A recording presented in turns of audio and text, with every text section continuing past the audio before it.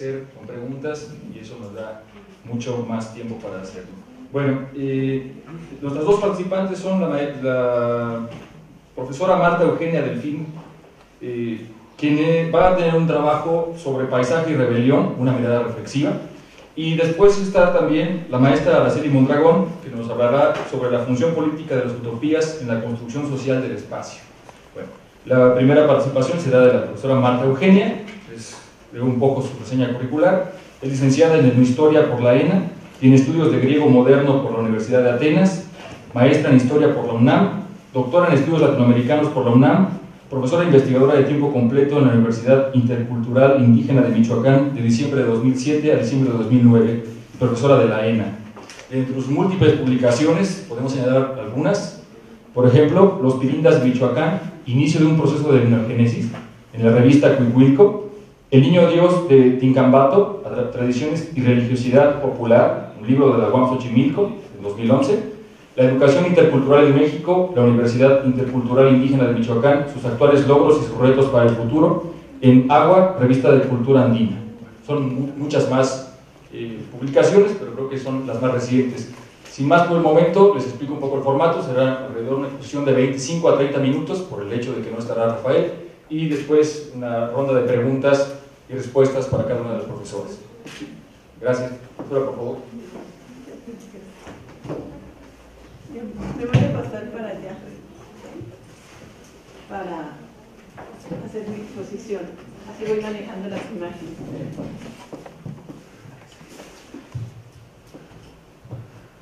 ¿Se me escucha bien así?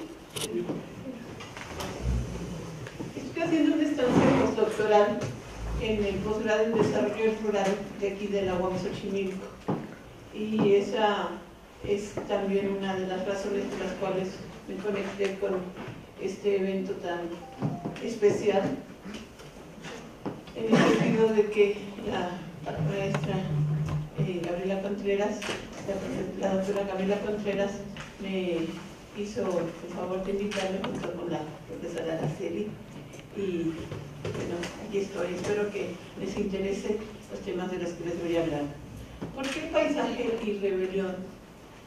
Porque las rebeliones, en este caso las rebeliones indígenas, son manifestadas de una forma bastante particular.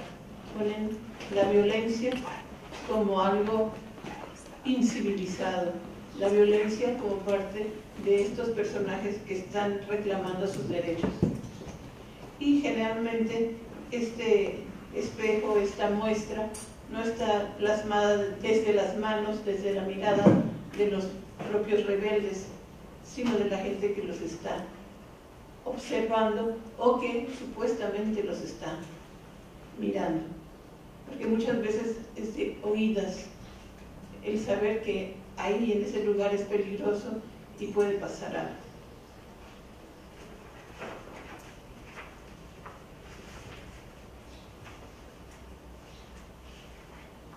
Paisaje y rebelión, una mirada reflexiva. Primero les daré la introducción y los conceptos clave. En esta charla académica, la idea principal es hacer una reflexión de cómo se transforma el paisaje por la acción del hombre durante una rebelión indígena, específicamente de la época colonial y del siglo XIX.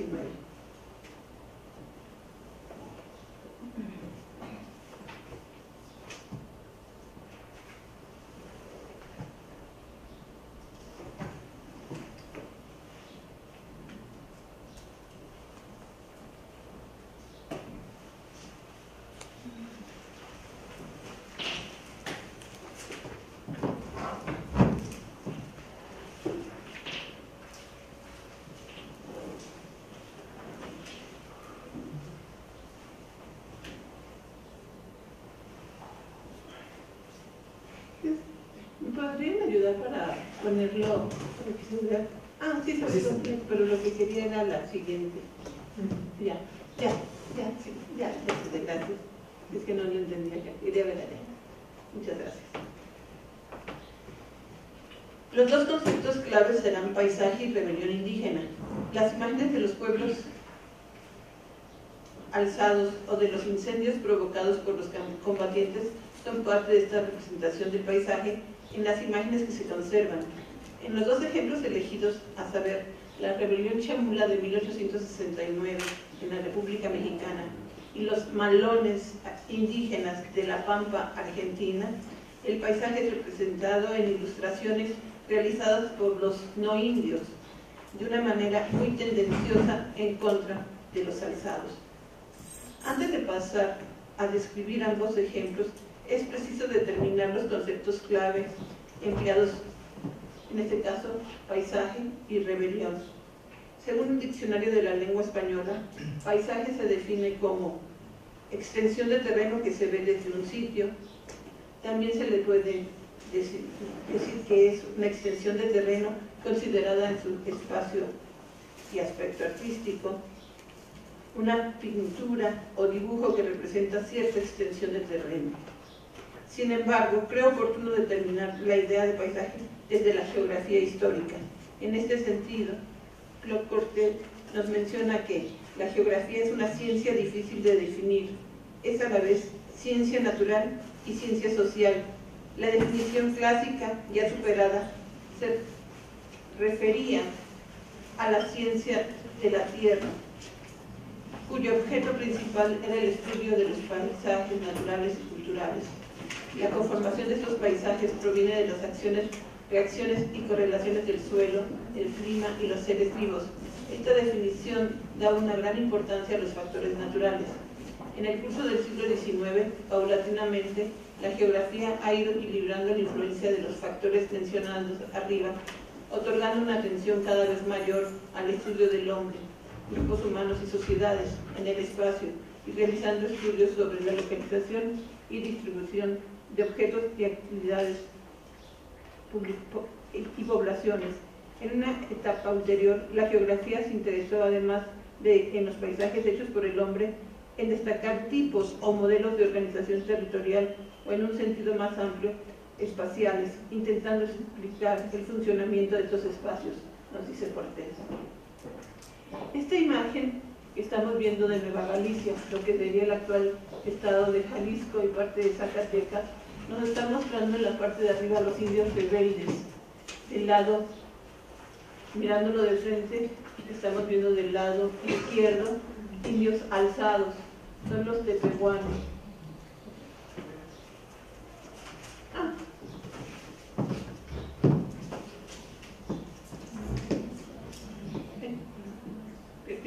Ahí. ¿Te doy de botón?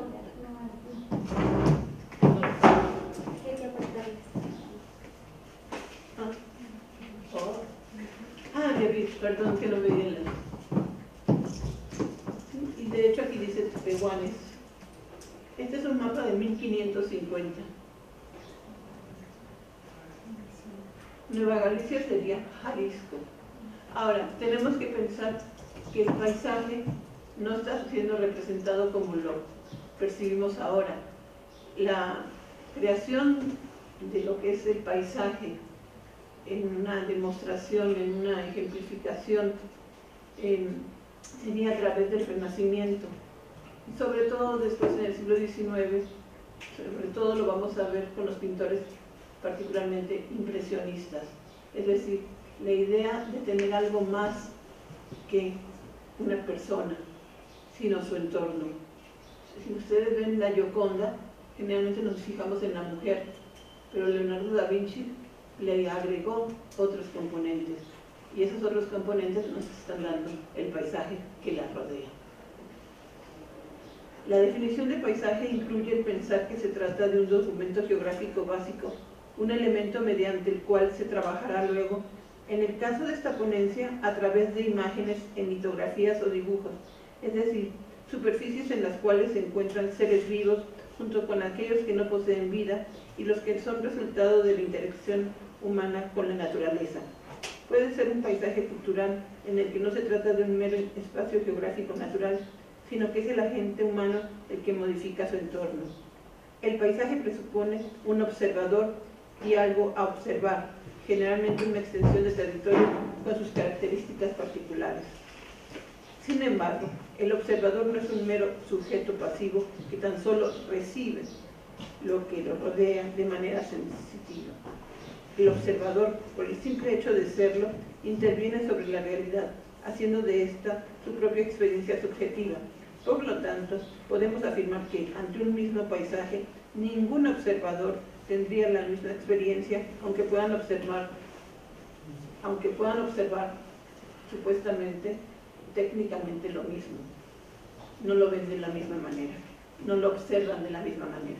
Esto podría adecuarse a la territorialidad sagrada que emerge como parte de las percepciones de la sociedad que la construye, por lo tanto suele pasar inadvertida para el resto de la humanidad. Aunque en esta exposición no revisaremos paisajes con los que los indígenas representados se identifican del todo, vale la pena incluir esta reflexión sobre el paisaje que ofrece Alicia Barabas. Cito: en relación con el paisaje, algunos autores suelen privilegiar hoy día este concepto.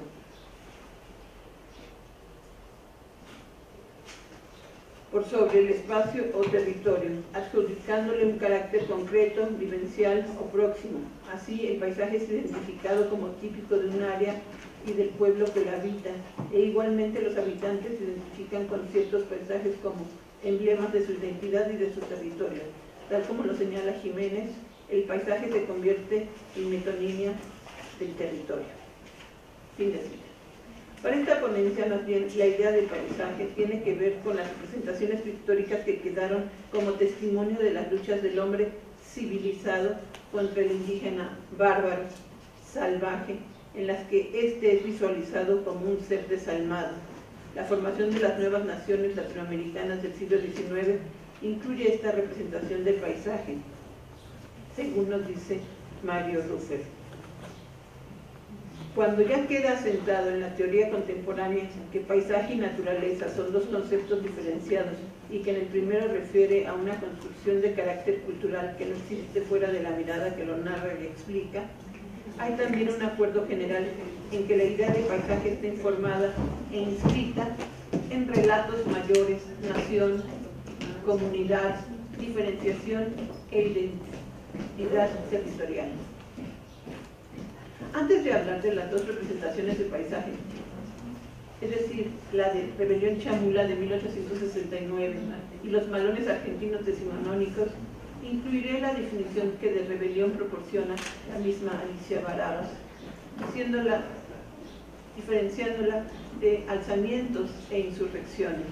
Así, según esta autora, las rebeliones indígenas aglutinaban varias comunidades de una misma etnia. En ellas se exaltaban los vínculos que unían a las diferentes unidades constitutivas del grupo étnico, la creencia comunes, una noción de territorialidad compartida, el reforzamiento de las alianzas parentales y políticas, entre otras cosas.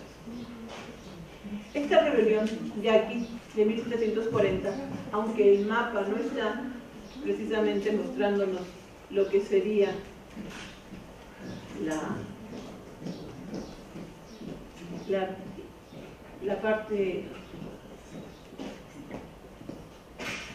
de lo que es el río Yaqui en la época en la que nosotros se supone que estamos poniendo acá de 1740, sino de 1701, es para representar también cómo en el siglo XVIII la idea de mapa nos da también una información, porque el paisaje es descrito en las crónicas de las personas que están o tratando de conquistar, de colonizar, o que están defendiéndose de los indios rebeldes. En este caso, los indios yaqui, que son importantísimos porque desde el siglo XVIII van a marcar una fuerte resistencia a que les quiten su agua. Y fue a principios del siglo XVII, casi por 40 años, que los españoles tuvieron que hacer todo lo posible por poderlos dominar. Entonces puse esta simplemente como otra referencia de lo que es la idea de imagen de un espacio, aunque no nos representa un paisaje como estamos acostumbrados ahora, pero es porque en ese momento se está creando lo que sería la imagen de paisaje, un paisaje que visualiza un terreno, visualiza un territorio en el cual además estoy identificando.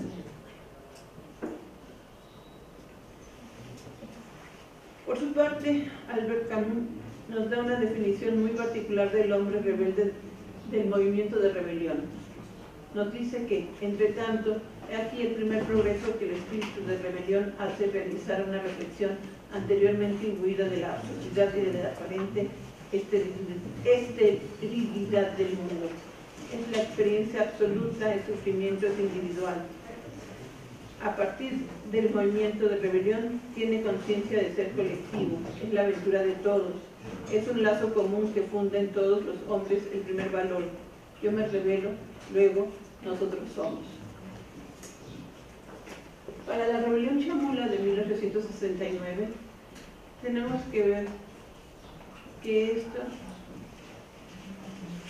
es algo muy importante, porque está sucediendo en 1868-69, cuando ya se están aplicando las leyes de reforma. Generalmente nos hablan de la desamortización de los bienes eclesiásticos, pero poco nos dicen de la desamortización de los bienes comunales. Y los bienes comunales eran las tierras de los pueblos, en este caso los pueblos campesinos indígenas. La desamortización significaba ponerlo en compraventa, hacer entonces propiedad privada, algo que antes había sido comunal. El artículo 27 constitucional es lo que recuperó o trató hasta ahora de recuperar lo que era la cuestión ejidal y la cuestión comunal. La primera rebelión entonces de la que voy a hablar se dio en Chiapas en 1869.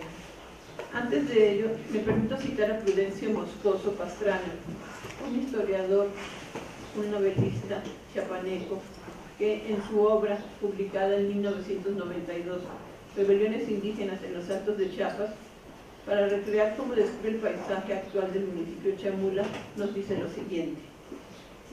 Pintorescos paisajes adornan la región Chamula con diferentes matices verdes de sus variadas vegetaciones.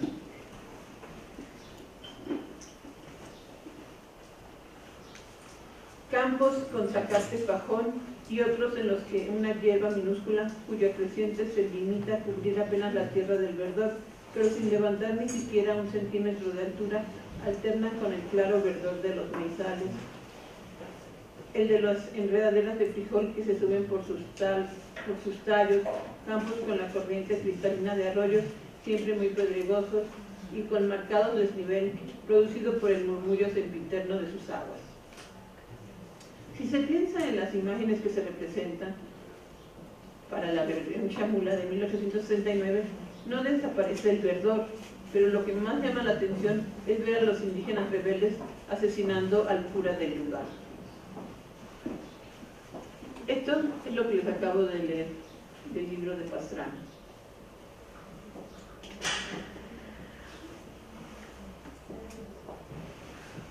Esto sería la portada de dicho libro. Y esto es para que se ubiquen. El mapa del estado de Chiapas está arriba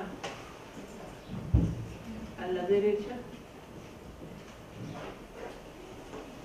y al medio tenemos esto otro que serían los Altos de Chiapas, donde se dio la rebelión.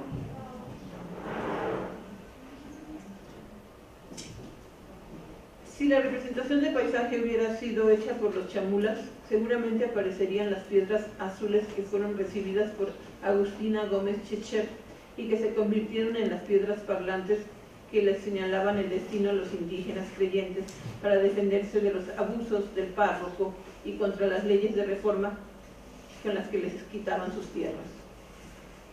El 22 de diciembre de 1867, una joven chamula llamada Agustina Gómez Checher afirmó haber visto caer 3 piedras del cielo mientras estaba cuidando sus ovejas en el paraje de Sajalgemel. Poco a poco, Sajalgemel llegó a ser centro religioso, político y económico de los chamulas, desplazando las capillas locales. Sus sacerdotes indios reemplazaron a las autoridades existentes y el mercado diario instituido eclipsó a los otros, haciendo declinar incluso al de San Cristóbal, lo que ahora sería San Cristóbal de las Casas. lo que preocupó intensamente a los comerciantes ladinos.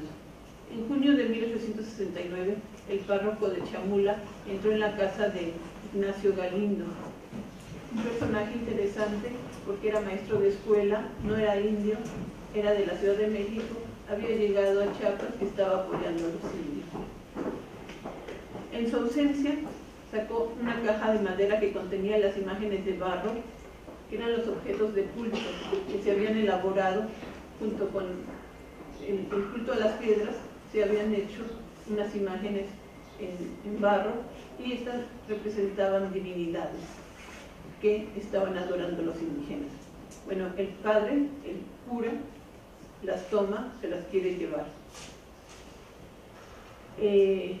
Saca la caja de madera que contenía las imágenes de barro y al descubrir el robo, Galindo y los chamulas emboscaron al cura y lo mataron. A esto siguió el saqueo y la quema de una docena de haciendas, la muerte de más de 100 ladinos y la liberación de varios miles de siervos. Al darse cuenta de que no habían logrado vencer definitivamente a los rebeldes, el gobernador adoptó la política de quemar la tierra de las comunidades. Es decir, si los indígenas hubieran representado su paisaje, hubiera sido bastante terrible porque se los están quemando. Pero la única imagen que vamos a ver es precisamente la de la muerte del cura. Eso es el recuerdo que nos queda de esa rebelión. Los chamulas matando al cura, Galindo metiéndole un disparo y los chamulas a hachazos machacándolo, igual que a los 3-4 acompañantes que iban con él.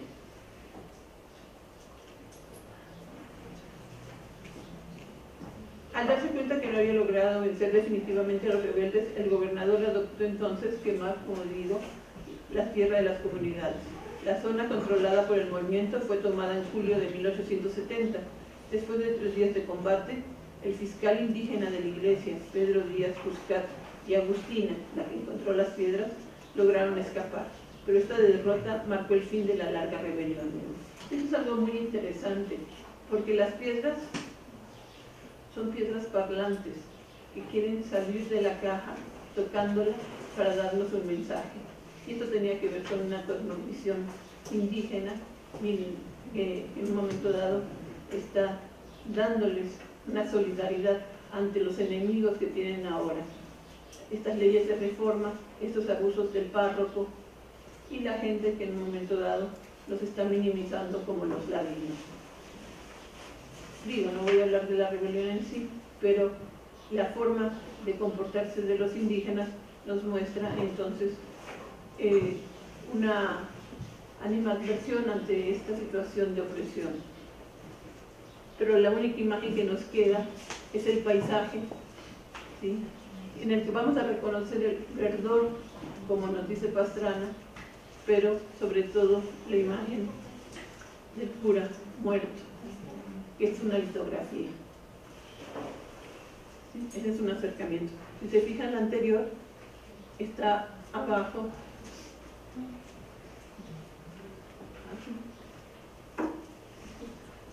acá ya sería el acercamiento, y lo están haciendo pedazos. Ahora, ¿por qué paso al tema de los malones argentinos? Porque en el mismo momento se están dando batallas contra los indígenas de la Pampa y luego del Chaco. Esto creó un proceso de invisibilización del indio argentino. Uno dice argentino y dicen, ah, sí, son todos güeros, salieron de los barcos. No. Lo que tenemos es un proceso de invisibilización de los indios porque los metieron al estilo yanqui en reservas indígenas después de la campaña del desierto. ¿Por qué le llaman campaña del desierto si en Argentina no hay desierto? Porque era el desierto de la civilización. ¿Cómo creó el paisaje? Hasta poniéndole un nombre que así conviene. Campaña del desierto. Civilización versus barbarie. Y obviamente, con todo el cientificismo de la época spenceriana, lo que estamos viendo es que están diciendo que el indígena es inferior. Los malones indígenas argentinos del siglo XIX. Los malones es la manera de referirse al, dicen los autores, tifón humano, incursiones indígenas violentas contra las haciendas de los hombres blancos argentinos durante la época colonial y el siglo XIX para hacerse de ganado vacuno y cautivos. Antes de pasar a las imágenes de los malones, nada más quería darles un pantallazo de imágenes generales de estas resistencias que se dan en el XIX y principios del siglo XX. Entonces, lo que tenemos inclusive nos va a dar pie a películas como La rebelión de los colgados, que son obras literarias que van a personificar lo que está pasando en Chiapas. ¿Sí? Entonces, estas, digamos, serían los paisajes que nos quedan. Y las noticias nos sirven para recrear de qué manera se está haciendo esta representación de este entorno en el cual vemos a la gente alzada. Bueno, ese es un indígena de La Pampa. Lo dibujan ya durante la campaña del desierto. Y lo que estamos viendo es que, sí, efectivamente, lo van a identificar como Pancho Francisco, porque ya lo han dominado y es de los indios amigos. Lo que habían hecho desde la época colonial fue dividir indios amigos de indios enemigos, y los indios amigos o auxiliares servían para combatir a los indios enemigos.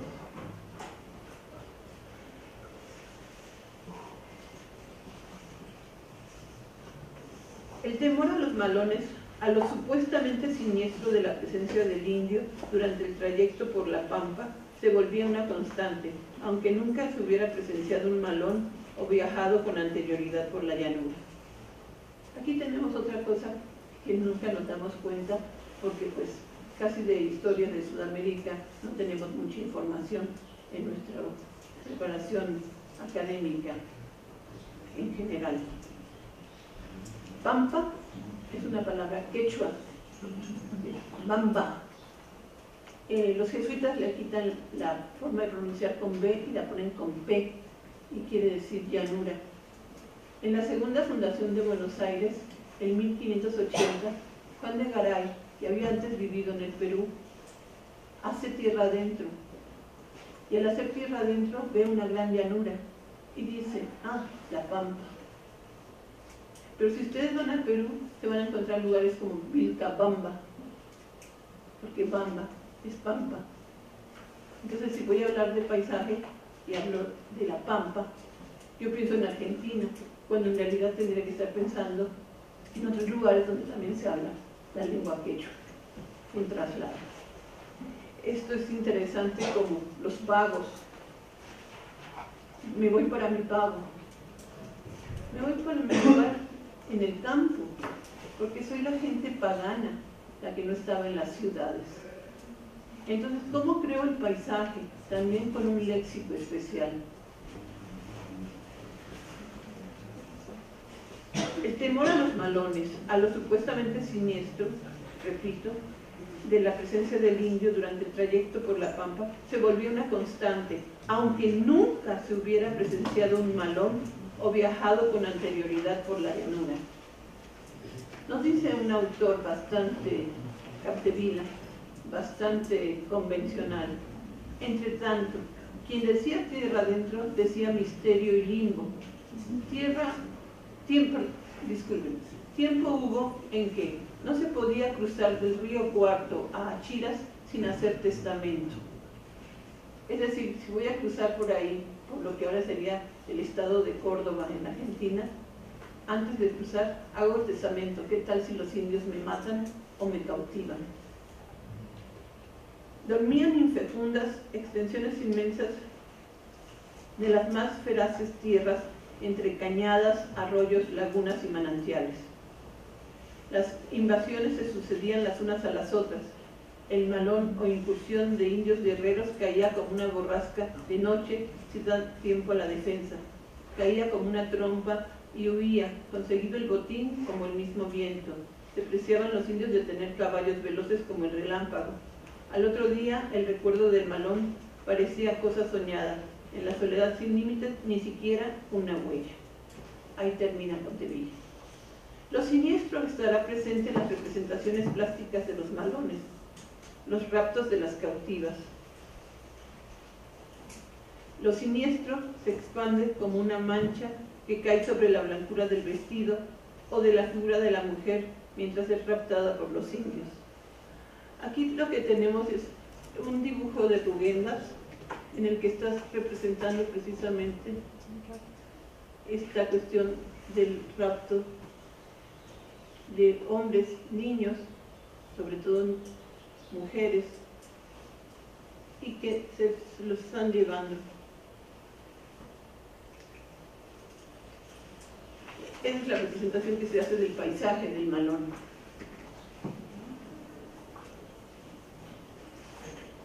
Entonces, lo siniestro se expande como una mancha que cae sobre la blancura del vestido de la figura de la mujer mientras es captada por los indios. Esto lo observamos mejor acá. Inclusive, para los que trabajan las cuestiones de pintura, si ustedes ven el hacha del indio, está separando el eje de la pintura y la parte de arriba es blanca, aunque aquí tenemos la negritud de él, pero la mujer se desvanece en lo blanco y lo demás se desvanece en lo negro, en lo oscuro.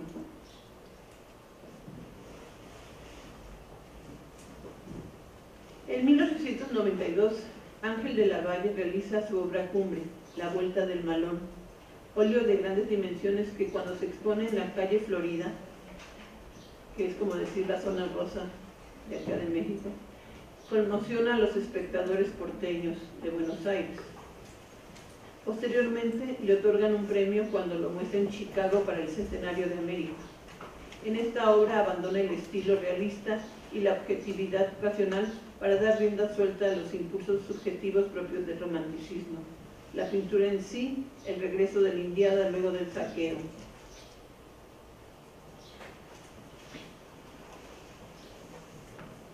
Es la manifestación más expresiva que se haya hecho de los desbordes de la barbarie.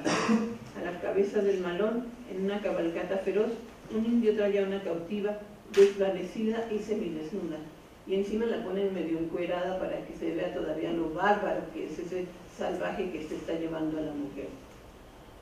De los crines del caballo cuelga una cabeza ensangrentada, el resto viene portando una cruz como sacrilegio estandarte, y entre las lanzas una brillante custodia se confunde con el dorado horizonte. De nuevo un paisaje. Estos jinetes del infierno huyen en el vacío anonadante que provoca la llanura. Bajo un cielo de luces, nos dice Ana Martínez Quijano, y sombras cargado de contrastes. Esta imagen terrible provoca el espanto del espectador, pero a su vez lo seduce. Es la ambivalencia del sentimiento propia del arte moderno, donde convive lo contradictorio, amor, odio, seducción, temor y la atracción perversa que provoca el bárbaro. En este caso es el indio, que representa al otro, lo que no se conoce, lo que tampoco se comprende y que por lo tanto inquieta, concluye Martínez Quijano. Por mi parte, para terminar esta ponencia, pues vale la pena considerar que no solo se trata de paisajes artísticos, sino que encierran cuestiones ideológicas.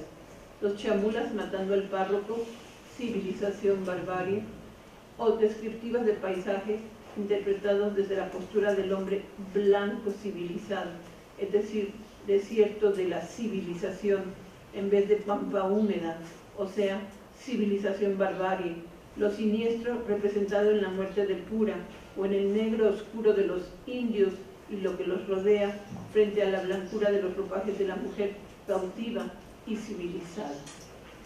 En este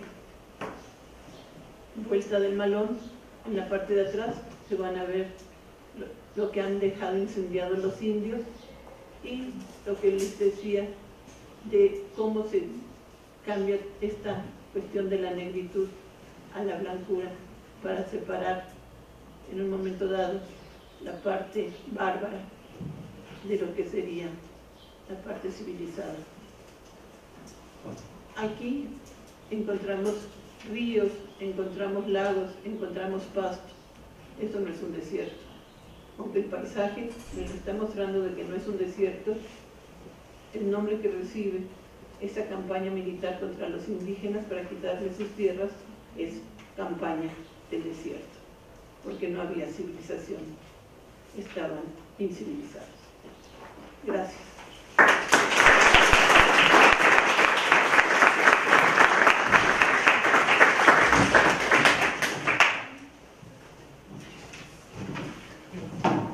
Muchas gracias, profesora. Muy interesante la exposición.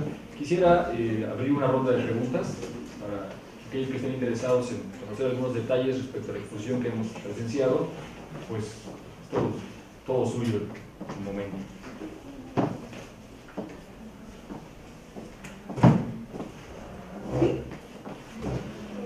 Sí, Ángeles, de la Maestría en Ciencia Política del MORA.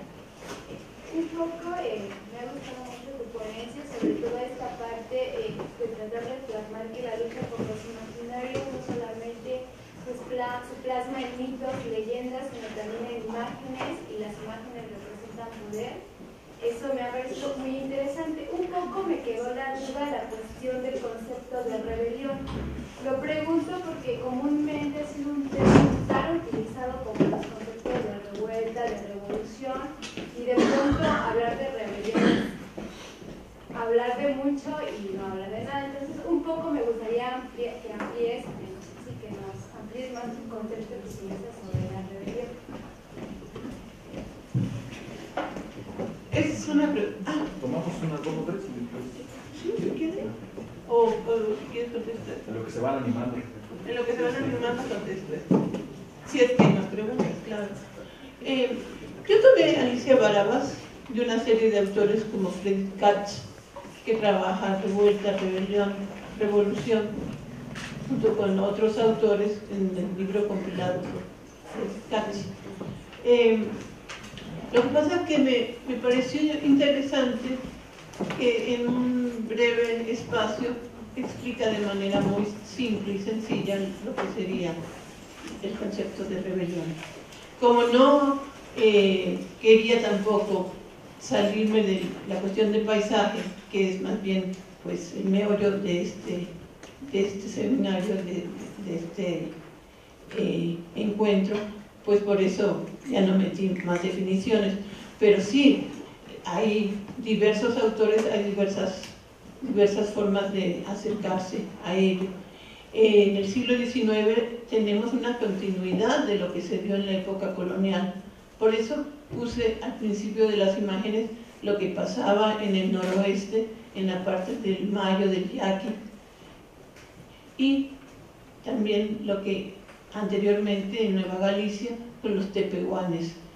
Si vamos a hablar de rebeliones, tenemos inclusive a Francisco Tenamastle con la guerra del Mixtón. Francisco Tenamastle, que León Portilla lo trabaja como el primer defensor de los derechos humanos. Francisco Tenamastle fue el cabecilla de la rebelión del Mixtón. Se va y se entrega después de 10 años de que había terminado la lucha, y en lugar de perdonarlo como estaba pidiendo el perdón, porque ya se había convertido al catolicismo y demás, lo mandaron a Sevilla preso, y ahí Bartolomé de las Casas le hace, digamos, de forma moderna, entrevistas para saber sus pareceres. Entonces es algo muy interesante. No sé si con eso queda contestado. Sí, a mí me queda una inquietud sobre lo que has presentado, porque me gustó, porque desde lo que comentas de la Mona Lisa, que el paisaje es un fondo que aparentemente no se fija uno en él, pero también creo que todas las ilustraciones que diste para apoyar tu propuesta son interpretaciones de los pintores. Entonces a mí me queda un poco, por ejemplo, en este último que nos presentaste, que es muy impresionante, si no estará muy deformada la visión tanto de los personajes como de los paisajes, porque es una interpretación, pues yo no sé si es del 19 o es contemporánea. 19, sí, lo comenté para la época en que se está haciendo, ya sería para 1892. Esto es interesante porque en esta 1892 se muestra primero en la parte argentina, en una avenida que es muy importante en el centro de Buenos Aires, que es la calle Florida, y después se lleva en Chicago para celebrar el centenario de América, 1892. Entonces va a ser algo importante en el sentido de que se está civilizando a la humanidad. Claro que son representaciones, y como bien mencionaba la alumna, esas son imaginarios colectivos. Para 1892 ya no hay malones de esta naturaleza. Los primeros que les mostré sí eran hechos, inclusive vistos, y hecho el borrador. Por eso el primero es como un dibujo nada más. El segundo ya está plasmando una serie de elementos clave que serían los colores. Pero además hay poemas, hay relatos que se van a hacer con los cautivos que son rescatados o con la gente que está en contra de los indios, como la cautiva de Esteban Echeverría. Esto es importante porque la campaña del desierto se va a hacer en 1878-1879.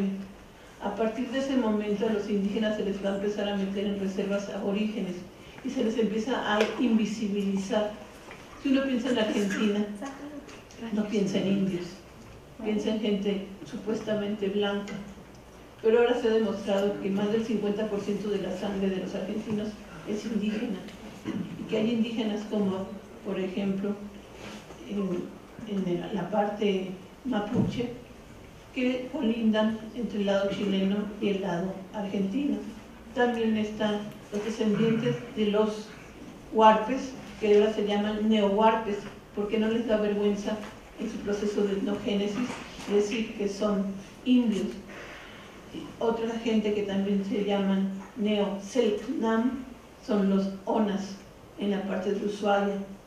En la parte del norte inclusive están peleando para que no les quiten sus tierras, porque ellos están dedicados a la caza, a la recolección, pero los chinos tienen soya, entonces los negocios es cultivar soya. Así ahí tenemos a los wichí, a los toba.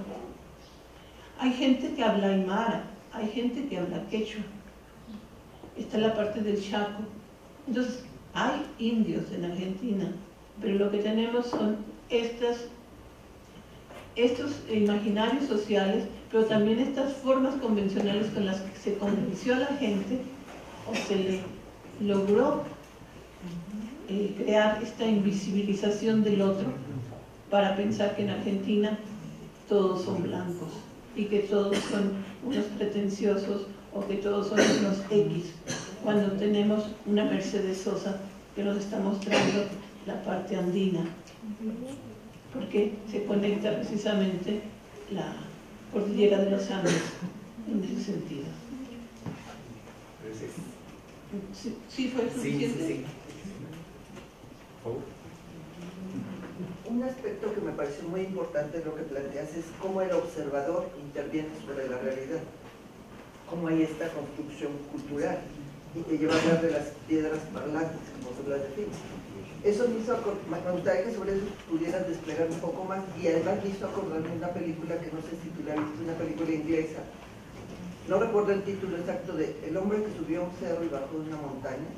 Es un pueblo sí, la he visto, donde llega a medir, el que mide, si las montañas tienen que medir, se tienen que tener una altura, y llega y mide y descubre que le faltan 1 metro, 2 metros, y como es parte de la identidad del pueblo, esa montaña, hay una mini rebelión del pueblo, y entonces deciden subir la cantidad de tierra que necesitan para que mida lo que sí, vi la película. Entonces eso me hizo pensar esta parte como el observador, pero no solo el observador del paisaje en términos de una litografía, sino de la realidad, o sea, cómo transforma esa realidad. Entonces ese es un punto. Y otra es la referencia que haces a Camus. Me gustaría que la referencia a Camus, que precisaras más cuál es lo que tú retomas de Camus sobre el paisaje, sobre esta parte. No me quedo. No fue de Camus, no fue sobre el paisaje, fue sobre la palabra rebelión. El nombre rebelión. No tiene que ver. A ver, creo que es importante primero ver que están tomando elementos de identidad, como esas piedras, así como se habla en la parte maya de la península, de lo que sería la cruz parlante. Acá se está hablando de las piedras parlantes y se identifica como rebelión de castas, aunque se suponía que en el siglo XIX independiente ya no había castas. Por eso había la distinción entre ladinos e indios. Esta forma de ver el entorno efectivamente tiene una relación con quién lo está viendo. Entonces, si en el siglo XVI comienzan los españoles a través de las relaciones geográficas a preguntar cómo es el entorno, primero con 200 preguntas y al final con 50 en sus relaciones geográficas, ellos mandaban preguntar cuántos cerros hay para saber cuántas minas había. Y lo que nos dice Serge Lusinski en la colonización del imaginario es que no estamos viendo, los indios no están viendo cuántas montañas hay. Lo que están viendo es Huayaltépetl o Altépetl.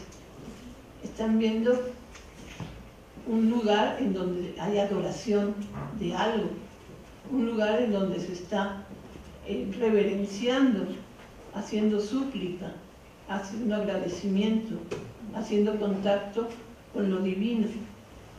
Pero resulta que ahí el español no está haciendo contacto con lo divino, está haciendo contacto con el oro o con la plata. ¿Cómo lo miro yo? ¿Cómo lo miras tú? ¿Y cómo lo tengo que contestar en un cuestionario que llega hasta nosotros como las relaciones geográficas? Entonces sí, es una diferenciación en ese sentido de cómo observo las cosas. Hasta el momento, los chamulas siguen pensando que sí, esas piedras, sí, o sea, sí les comunicaban, sí hablaban. Y se hizo además hasta algo que puede resultar muy fuerte, pero forma parte de estos cultos que se están incentivando con la cuestión religiosa católica, de que al hermanito de Agustina lo van a sacrificar en una crucifixión. Y para hacer de esto algo más santo y tener sus propios dioses, van a hacer figurillas de barro. Les roban sus figurillas de barro, que son las que les están dando protección, pues el cura es asesinado. Esa es, digamos, la manera como lo vería alguien de fuera. Pero si lo ve alguien de dentro, pues lo están matando porque se está robando piezas sagradas. ¿Qué ha pasado aquí en México en los años recientes cuando entran a una iglesia y le roban el manto a una virgen? ¿Qué le hacen a esa persona? No van a ir, le van a dar un abrazo y decirle felicidades. Ha habido, inclusive en Tlalpan, el caso de un chico que fue casi asesinado por estar bebido y le estaba robando una de las piezas de oro a la imagen, y el caso es que lo descubrieron y casi lo descuartizan, y eso es siglo XXI. Entonces, siglo XIX, pues las cosas también tenían sus propios resquemores. No sé si con eso es suficiente.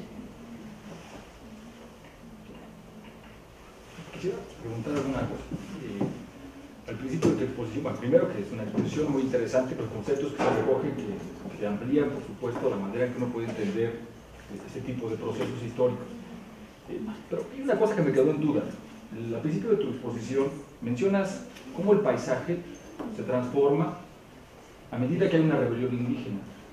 Y yo me quedé pensando, esperaba, porque la idea que vi fue cuadros, pinturas, biografías en las cuales se plasmaba una visión del mundo que es básicamente europea y que si lo hubiera visto alguien nativo hubiera sido un cuadro totalmente distinto. Creo que fue lo que entendí. Y yo me quedé pensando si en realidad la idea de la transformación del paisaje no es algo que esté dentro del código que harían los nativos.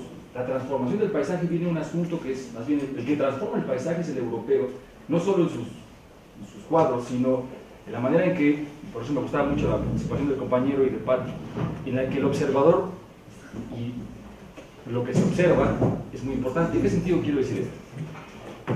De repente me dio la impresión de que se trata nada más de la idea del léxico y de cómo se transmite en un cuadro, pero recordé algunos trabajos de Leonardo, en los cuales trabaja sobre el ojo y sobre la mano.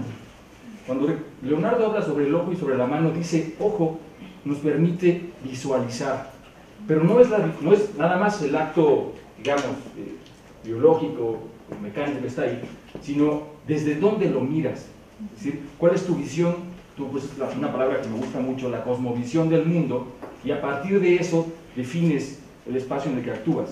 Y luego el trabajo sobre la mano, dice, bueno, ya que el hombre cambia, pues toda la visión del iluminismo, toda la idea de transformar, avanzar hacia el abandono de la idea religiosa, con la mano puedes transformar. Entonces, aquí tienes en Leonardo, la visión europea es el ojo viendo, la mano transformando. ¿En qué sentido quiero decir esto? Yo creo que la transformación no está en la rebelión indígena, sino que la rebelión indígena es una especie de resistencia a que se transforme su entorno por una cosmovisión que no es la propia.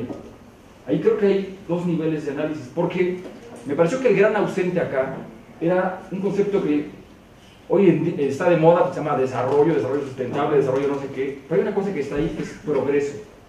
La idea del progreso, que es una idea que se nos vende, a nosotros ya no, porque no somos nativos en ese sentido, pero en aquel momento es el progreso, y tú lo decías en tu réplica a Patti, ¿cuántos cerros hay? ¿Cuántas minas hay? Porque una lógica económica está atrás ahí, que es el cambio completo a nivel mundial, que ahora, si hay minas, hay ganancia o rentabilidad, como quieras verlo, y eso ha de transformar por completo, ahí sí creo que ahí está la palabra, ahí sí transformas el espacio en el que vives, y los pueblos que están acá no están transformando en este sentido, sino están resistiendo a esa cuestión. Creo que habría dos niveles ahí, que no sé cuál sería tu reacción, y esta idea del léxico me pareció fantástica, ¿no? Es una cosa muy interesante. Yo creo que es importante definir en qué momento histórico estamos. Cuando les hablo de las relaciones geográficas, estoy hablando del siglo XVI, y ahí es el mercantilismo, como dice Sea, el embrión del capitalismo. Entonces, lo que tienen en mente los europeos es buscar metales. La posesión de metales desde el poder. El indígena no está buscando metales para hacer de repente una diadema y con eso adornarse para una fiesta. Está usando quizás los metales para un ritual.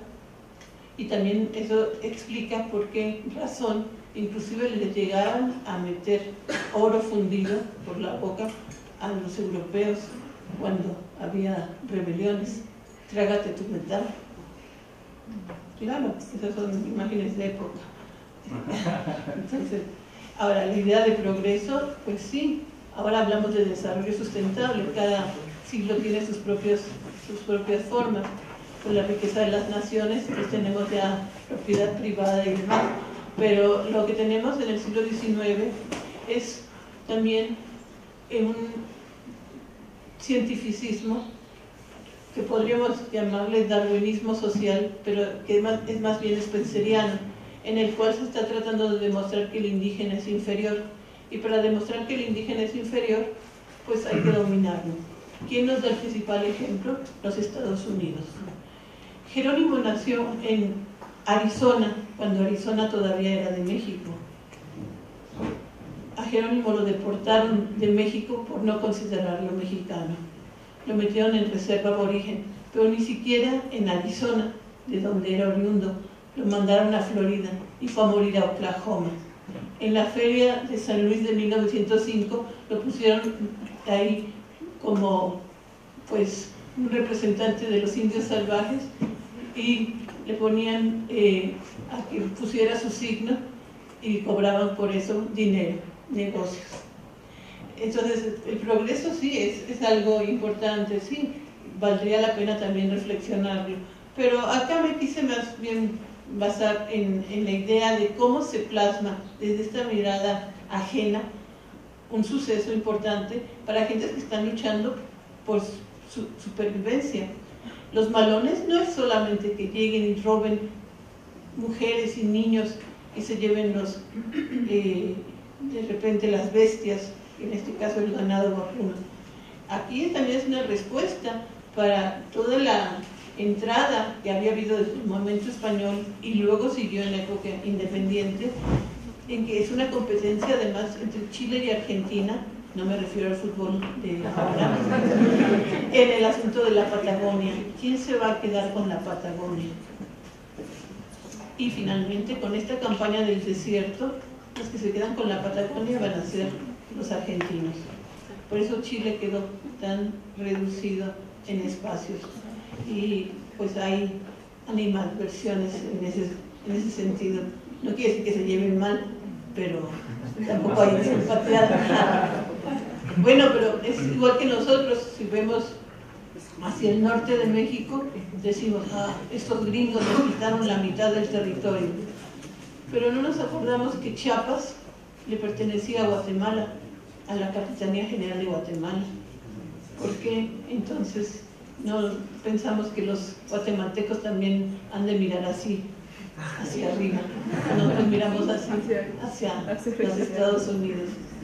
En fin, el paisaje, yo para hablar también de otro tipo de paisaje, aunque no me quise meter mucho, fue el paisaje religioso. Y ese paisaje religioso tiene que ver con la manera como yo estoy representando mi entorno desde mi cosmovisión, pero el otro no la entiende igual. Y eso sí se da en la época actual. Entonces, en ese sentido, es que, pues sí, podría hablar de una territorialidad sagrada, de la que me permitía hablar en su momento y que estaba usando a Amanda María Orduña Orlando, Ritualidad y Cosmovisión en la fiesta patronal de Santiago de Ixtlahuaca, en la Mixteca Baja, en la que nos habla de esta territorialidad sagrada. Cada lugar va a tener entonces una forma de ser percibida.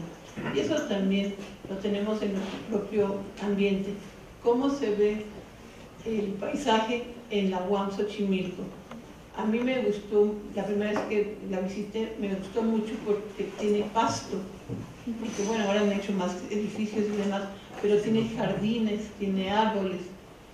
Y los chicos o la gente que en un momento dado quiere conversar, se puede sentar a platicar ahí. Y entonces es un paisaje agradable. Hay una arquitectura de paisaje hasta la fecha. Entonces lo que tenemos es algo que tiene también una relación con los jardines.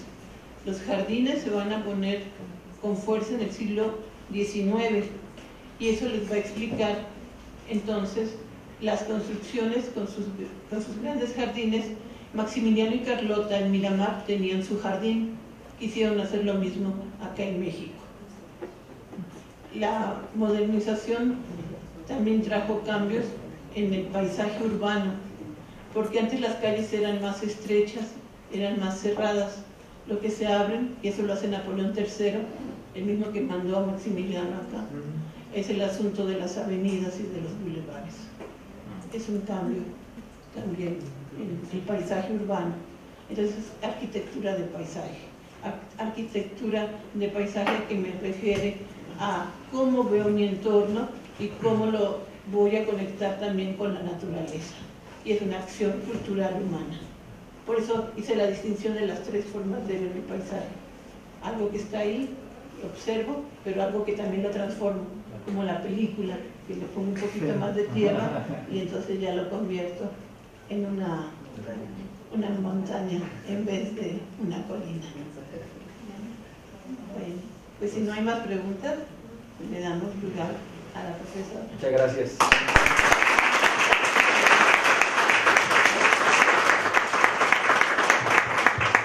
Muchas gracias. Pasamos a la segunda exposición, que está a cargo de la maestra Araceli Mondragón. El título de la exposición es La función política de las utopías en la construcción social del espacio. Les leo un breve resumen curricular de la maestra Mondragón. Es licenciada y maestra en Ciencia y Política por la Facultad de Ciencias Políticas y Sociales de la UNAM, doctorante en Estudios Latinoamericanos por la Facultad de Filosofía y Letras de la UNAM, paréntesis, prometió que tendrá su tesis doctoral muy pronto, lo cual espero que de verdad sea cierto. Cierro el paréntesis. Ha realizado estancias de investigación en la Universidad de California, Berkeley, y en la Universidad Complutense de Madrid. Es profesora e investigadora de la UAM Xochimilco, adscrita al Departamento de Relaciones Sociales. Sus líneas de investigación incluyen teoría y sociología políticas, política y utopía en la relación Estado-sociedad, interculturalidad, etos histórico y dimensión cultural de los procesos sociohistóricos, filosofía política española del siglo XVI, procesos sociopolíticos en el contexto de la reestructuración global del capital, y dentro de estas líneas ha escrito, les mencionaré algunas de sus últimas publicaciones, artículos y libros en diversos temas de filosofía y sociología.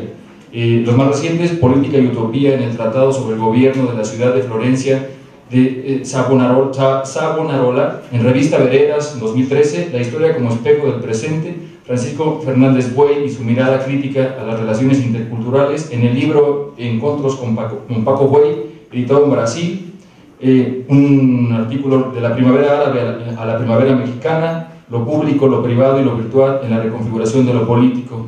Bueno, no continúo porque son varias hojas, tantas publicaciones que tiene, entonces mejor cedemos la palabra a la maestra Mondragón.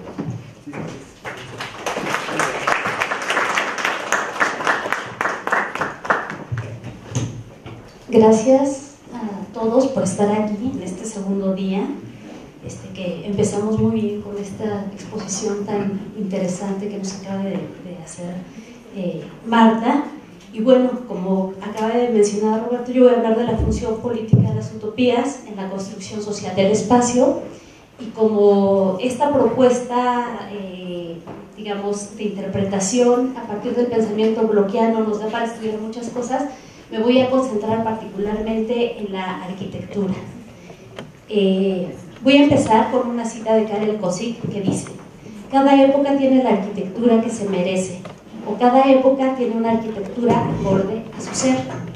Cada época construye las casas y las ciudades a su imagen y semejanza. Por eso los resultados de su edificación, de su actividad constructiva, se convierten no solo en la encarnación visible de su imagen, sino también en un espejo en el que cada época se ve, se mira a sí misma. Señala precisamente Karel Kosik que cada arquitectura responde a una arquitectónica del mundo. Cada obra, cada organización del paisaje se suscribe a formas y procesos de conformación social e histórica del espacio. Estas formas, que en la representación y en la vivencia efectiva aparecen como objetivadas, ya en edificios, en obras, en fin, mantienen una dimensión intersubjetiva y simbólica de construcción del mundo y de temporalidad en el sentido más profundo del término. Ahí donde hay lugar y donde aparecen edificios que parecen objetos, sigue habiendo vida, simbolización, hay comunidad, hay polis y hay también polemos. Hay orden y consenso, pero también hay confrontación y conflicto. Así el espacio representa el orden social y la permanencia, pero también las luchas y las resistencias que tienden al cambio. El espacio no es estático, sino producto y al mismo tiempo premisa de procesos sociales y políticos donde convergen distintos proyectos y temporalidades. Es escenario para los sujetos sociales donde hay herencia, hay memoria, hay tradición, hay presente, hay inmediatez, hay novum, hay esperanza, hay impulsos desiderativos, hay latencias y tendencias, hay límites y posibilidades.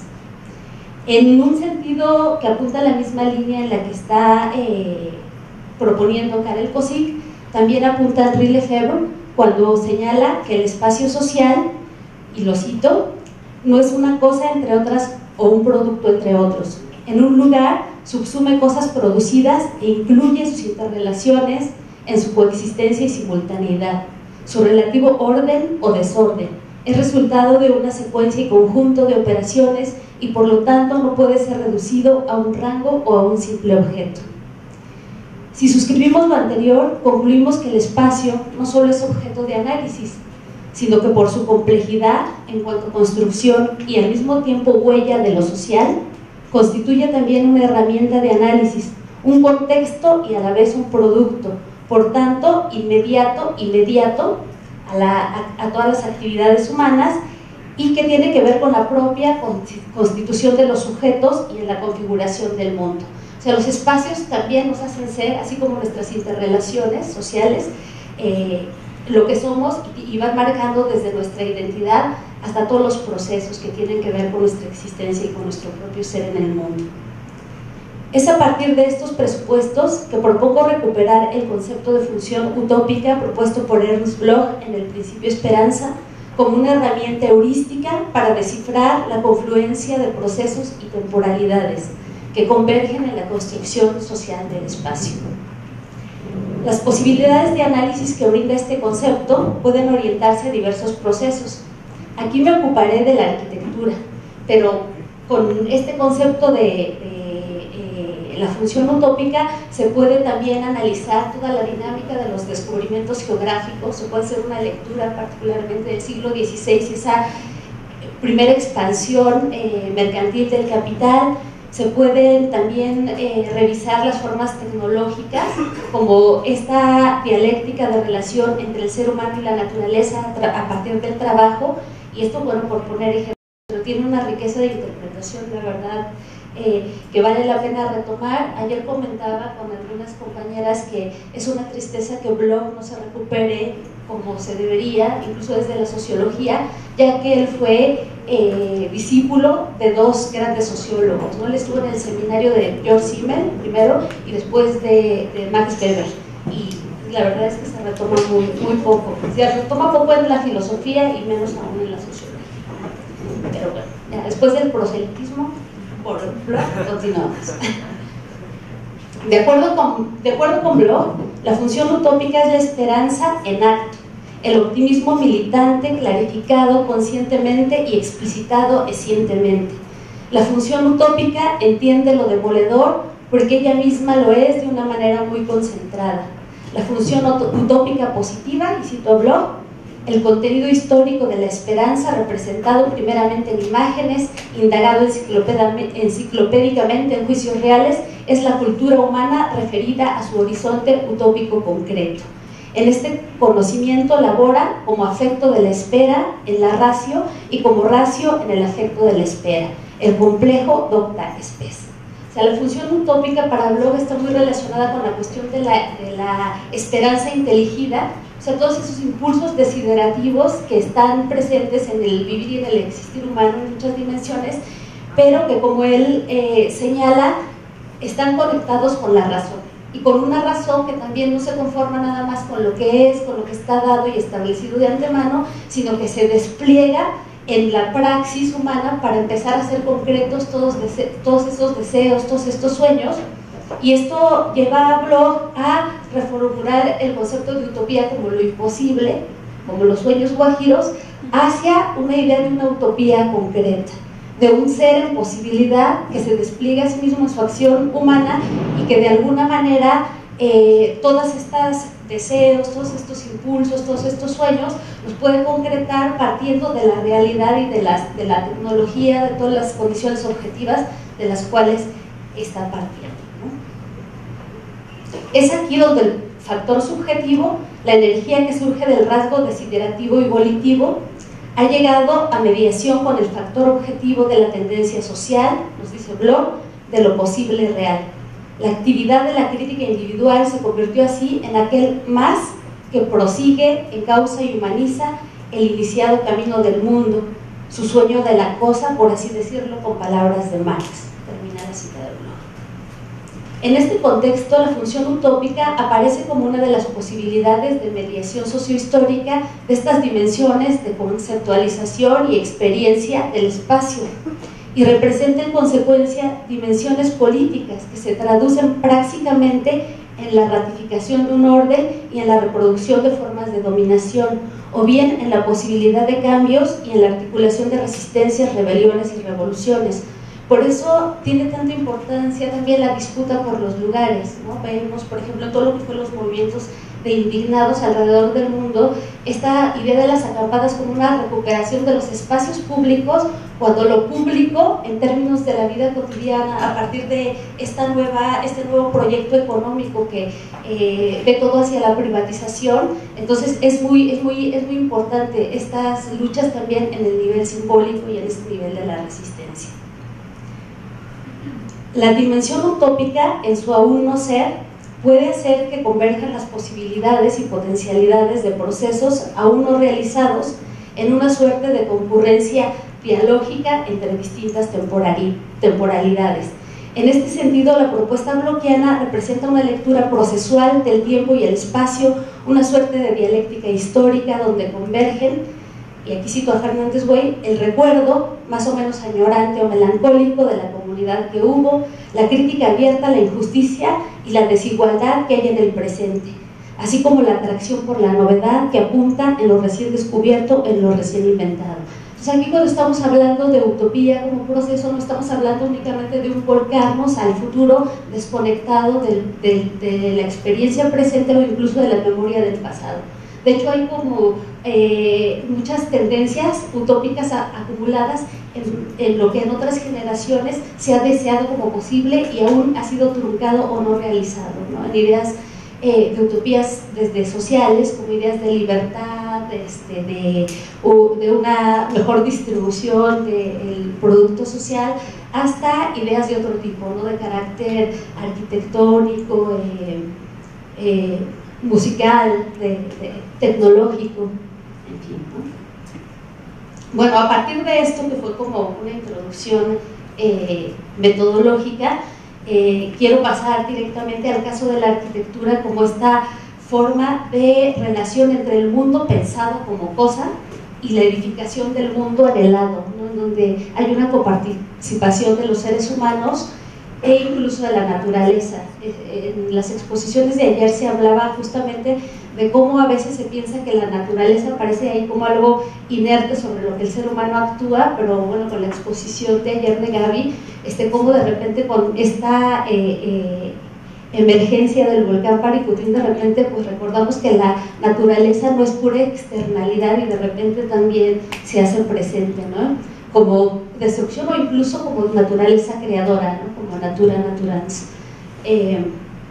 En el caso de la arquitectura podemos distinguir dos formas fundamentales en la relación entre utopía y construcción del espacio.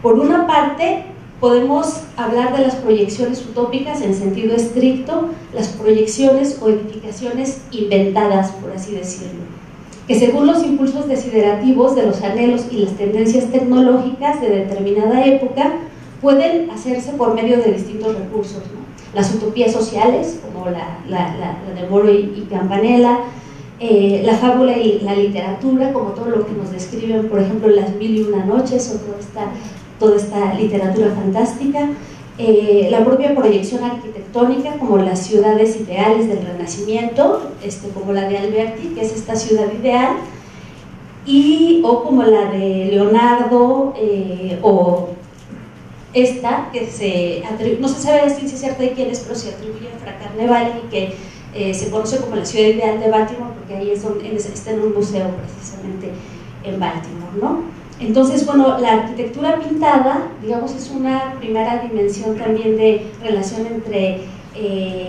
utopía y arquitectura, y aparece para perfeccionar utópicamente el espacio, ¿no? Incluso aquí no puse alguna imagen del barroco, pero en algunas construcciones barrocas se utiliza la pintura incluso para prolongar el espacio, ¿no? Por ejemplo, si hay una mesa donde va a haber un banquete, se hace una pintura que prolonga ese espacio, ¿no? O también en el barroco a veces en la parte de arriba, en las cúpulas, se abre como al cielo y ahí están los ángeles, ¿no? Un poco adentro y un poco afuera, jugando con la perspectiva y el color, precisamente para de alguna manera perfeccionar utópicamente el espacio, ¿no? Bueno, esa es una dimensión y una relación entre utopía y arquitectura, pero hay otra relación también interesante que nos menciona el propio blog: los impulsos utópicos objetivados, el proyecto sugestivo y corporizado en la arquitectura, donde convergen no solo lo dado, sino lo posible y lo deseable como excedente utópico en la arquitectura del mundo. Esto quiere decir que en las construcciones no solamente hay inmediatez, factibilidad y funcionalidad o diseño, tal como lo dictan el lenguaje y los cánones actuales de la arquitectura, sino que hay tradición y memoria. Hay una respuesta efectivamente a las necesidades del presente, pero también hay posibilidad, hay impulsos y anhelos de futuro. Aún más, en muchos casos en la arquitectura hay un diálogo entre distintas temporalidades. A veces en los edificios podemos ver ciertos rasgos que tienen que ver con la recuperación de una memoria del pasado, con las necesidades fácticas del presente, pero también con una idea de futuro a la que apuntamos, a veces incluso inconscientemente, pero que va hacia allá, ¿no? Es importante considerar en esta relación entre arquitectónica del mundo, que es justamente toda esta idea de configuración, de un orden, que incluye por supuesto también el orden social y político, con la arquitectura. Esta relación no solo satisface la necesidad de la morada, y eso lo mencionaba un poco ayer Edith Curry, de que la arquitectura no está destinada únicamente a la morada y no está destinada únicamente a la producción, como lo vemos en el capitalismo. Tampoco está relacionada solo con el goce contemplativo de construir algo bello, no es únicamente arte aplicada, sino que se encuentra estrechamente vinculada con la situación social, con el poder y con su influencia. Bloch ilustra muy bien los dos ejemplos extremos arquitectónicos y con ellos el peso de la arquitectura en la construcción del mundo y en la excedencia utópica que es su correlato. Y voy a poner aquí dos ejemplos. Bueno, aquí está, antes de poner estos ejemplos, bueno, aquí está el mapa que se ha hecho de cómo fue Tenochtitlán antes que viniera la invasión europea. Y esta es la Ciudad de México en el siglo XVII, que conserva todavía esa estructura que tenía esta isla artificial, pero que aquí ya aparece con la traza reticular cuadriculada moderna. Entonces, esas ciudades ideales que veíamos en Alberti y en el Renacimiento, uno de los primeros lugares donde se ponen en práctica son en las ciudades americanas, ni siquiera es en las ciudades europeas. Si vemos, por ejemplo, el rediseño y la modernización de Viena, se da en 1900, cuando se cambia precisamente la traza que tenía una estructura medieval radial y se moderniza para la circulación, ¿no?, de los vehículos, etcétera, ¿no? Entonces, de las primeras ciudades modernas que vamos a tener van a ser precisamente las ciudades americanas, ¿no? Y bueno, aquí está el caso de México en el siglo XVII. Bueno, vamos entonces a ver cuáles son estos dos extremos de arquitectura de los que nos va a hablar Bloch. Por una parte está la arquitectura egipcia y su utopía del cristal de la muerte, como perfección que refleja un mundo donde lo que es valorado socialmente es lo inmutable, lo eterno, y que legitima una organización social jerárquica y despótica, donde la imitación del mundo está orientada a un arquetipo cosmomórfico, mítico, astral. Aquí, aun cuando haya motivos orgánicos, como los papiros o los lotos de las columnas que vemos aquí, que en Egipto se utilizan mucho las columnas lotiformes, papiriformes y paliformes, estos no aparecen como elementos vivos, sino siempre prensados, ¿no? Como no florecientes, no vivos, así como congelados. Como hemos dicho, esta arquitectura se corresponde con un orden social despótico donde las dignidades y las ceremonias se vinculan a la eternidad de la muerte. Aquí la pirámide es la expresión de la voluntad del imperio, la voluntad de rigidez e inflexibilidad. Cito a Bloch: la pirámide concentraba en el cielo, en un punto central, en una cúspide desde la que irradiaba igual por todos lados inmovilidad orgánica sobre toda la tierra. Termina la cita. En Egipto, solo las escenas de carácter popular aparecen como vivas, porque la vida en esta arquitectónica del mundo estaba asociada a lo perecedero. Entonces, y justamente los faraones y toda la clase dominante pues tenía que estar asociada justamente a esta permanencia como eternidad a través de la muerte, ¿no? Bueno, tenía aquí otro, pero bueno, vamos a pasar al segundo caso. El otro extremo de la arquitectura antagónica a esta petrificación egipcia es el vitalismo extremo del gótico. Allí las formas ascendentes y los bosques de luces y sombras apuntan incesantemente a la trascendencia, a la fuga hacia lo alto. Se trata de una arquitectónica del mundo urbano mística donde, y cito a Bloch, la vida que hace y dispone cristianamente no quiere ninguna rigidez, al contrario, quiere ser eterna, y precisamente por ello el ornamento gótico es el más incitante y exuberante. En él no hay ni una línea recta ni una circunferencia. Termina la cita. Por otra parte, la planta de las catedrales góticas corresponde con un orden social corporativo que imita el cuerpo de Cristo con el altar como cabeza. Bueno, aquí está la Catedral de Colonia, que efectivamente parece un bosque y es toda esta verticalidad que busca la trascendencia, ¿no? Más allá de este mundo. Esta es Notre Dame por dentro, bueno, la Sainte-Chapelle, que tiene que ver precisamente con todo este juego de luces, ¿no? Que inunda y que también tiene un poco de la influencia herética de los gnósticos, donde la luz irradia, ¿no? De alguna manera emana toda esta divinidad. Un rosetón también. Y aquí tenemos la planta de la catedral, que precisamente lo que está representando es ese cuerpo místico de Cristo al que va a imitar toda esta forma corporativa del orden social, donde está a la cabeza el rey y el papa, en el caso de la Europa medieval, y después, bueno, las otras clases sociales, ¿no? Entonces, en el primer caso, la utopía lleva a una geometrización total, a querer ser como piedra, como una transmutación en cristal. La de la segunda, a la vitalización total, a la exuberancia y el ornamento, donde el movimiento orgánico se percibe trascendiéndose a sí mismo en una eclosión de inacabado verticalismo. Quiere ser como resurrección, como una transmutación en el árbol de la vida superior. En el caso de Egipto, el sueño arquitectónico de un mundo mejor, nos señala Bloch, está muy vinculado a la adoración al sol, mientras que en la tradición bíblico-profética esta apunta hacia el éxodo fuera de Egipto. En este sentido resaltó muy bien Maimónides cómo Abraham habría escogido la parte occidental del monte Moria para la construcción del santuario como una corrección del punto de vista oriental. O sea, en lugar de orientar la arquitectura, la occidentalizó, por así decirlo, para ir contracorriente a la visión mítico-astral que tenían en Egipto y en Babilonia, privilegiando no el lugar donde aparece el sol, sino aquel lugar donde desaparece. Como mencionamos antes, considerar a la arquitectura como arquitectónica de lo político y de lo social va mucho más allá de la necesidad de la morada. En la imitatio o mimesis se abren ya sus dimensiones estéticas y, aún más importante, sus dimensiones éticas.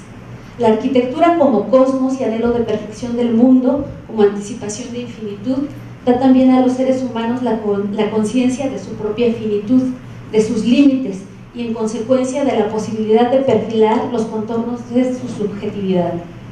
La conciencia del propio límite es también experiencia de unicidad, es una paradójica sujeción que libera.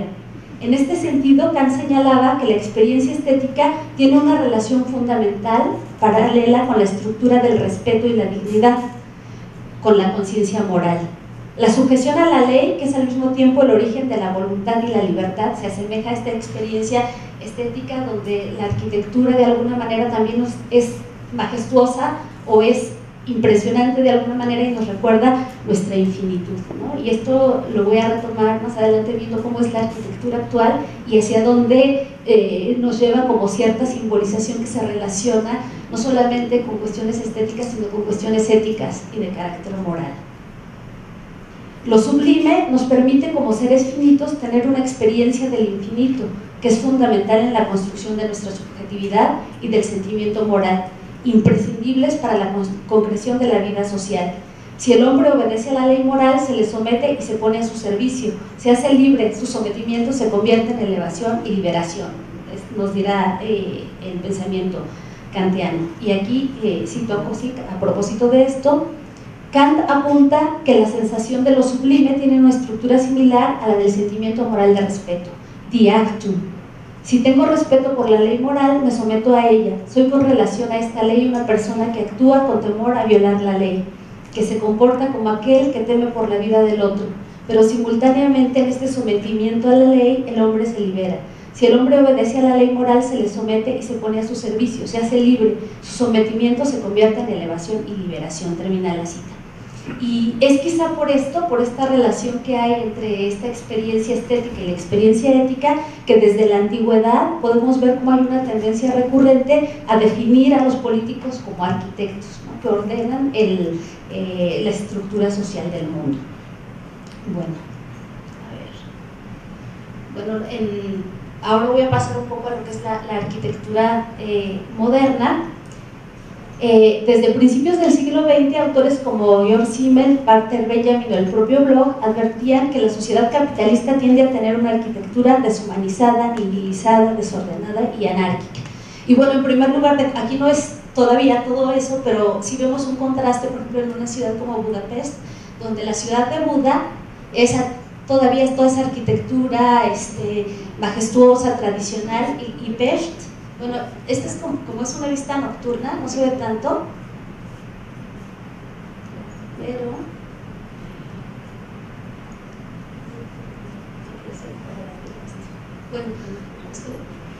bueno, en la ciudad de Pest tenemos ahí todos los bloques que dentro del sistema del comunista, como aquí está un bloque verde horrible que odian los húngaros y que le llaman la alcachofa, y que contrasta, ¿no?, como cruzando el puente uno encuentra una ciudad tan impresionante, tan arquitectónicamente bella como Buda, y del otro lado está Pest, ¿no?, con esta idea moderna, pues ya de los grandes edificios donde los seres humanos ya no viven en hogares sino como en colmenas, ¿no?, como abejas, pero tiene que ver un poco con esto, ¿no? Entonces, bueno, aquí está el Rockefeller Center, que es esta idea del rascacielos, ya no como esa arquitectura como la egipcia, que nos era imponente y que de alguna manera nos hacía recordar nuestra finitud frente a la infinitud, ¿no?, de todo lo que era este simbolismo religioso egipcio o las catedrales góticas, sino que los rascacielos pues ya no nos conectan en nada con una idea ni de lo sagrado, ni de lo divino, ni de lo festivo, sino que de alguna manera con su tamaño más bien como que nos apabulla, nos aplasta, ¿no?, nos hacen sentir como hormiguitas, así como se ve la gente aquí, y esa es un poco esta idea de los rascacielos, ¿no?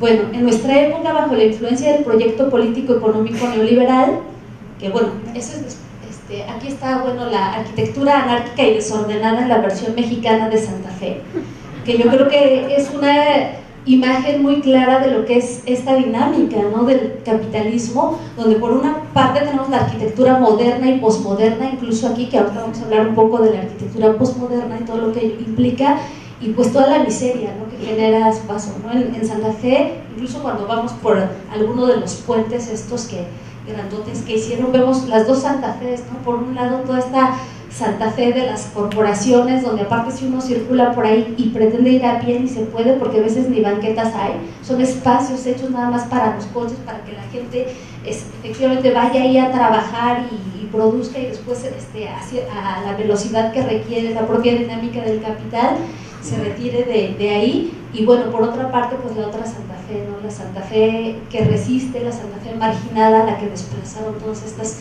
construcciones, ¿no?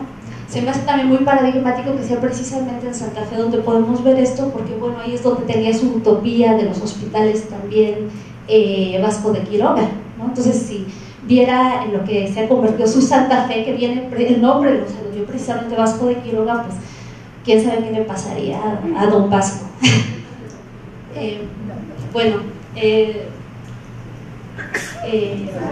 La cuestión aquí es que en nuestra época, bajo la influencia del proyecto político y económico neoliberal, se confirma que lo que la arquitectura debería de tener de utópico arquitectónico se ha vaciado de sus significados sociales primordiales y hoy aparece más que construida sobre las bases de la política, la socialidad y los impulsos utópicos como una distopía concreta, como una antiutopía. La cuestión es que habría que reflexionar no solo en las consecuencias de la abstracción en la arquitectura, sino la posibilidad de que ésta refleje, como nos sugiere Karel Kosick, una ausencia de arquitectónica. En la época moderna las ciudades ya no se fundan, solo crecen. Ya no se establece el orden y el sentido mediante un acto festivo y sagrado, como se hacía en el pasado, sino que se edifican según un plan establecido por la razón técnica como una aglomeración de edificios administrativos y para el funcionamiento habitual de la industria y la cultura. La última reestructuración del capital con el dominio del capital financiero ha llevado a extremos deshumanizadores la tendencia a la abstracción de las formas sociales, mercado y dinero, que ya de por sí germinaban en los orígenes del capitalismo. En la actualidad habría que preguntarnos sobre la correspondencia entre la abstracción propia de las relaciones capitalistas en su fase de financiarización neoliberal y la organización del espacio como forma de dominación de clase.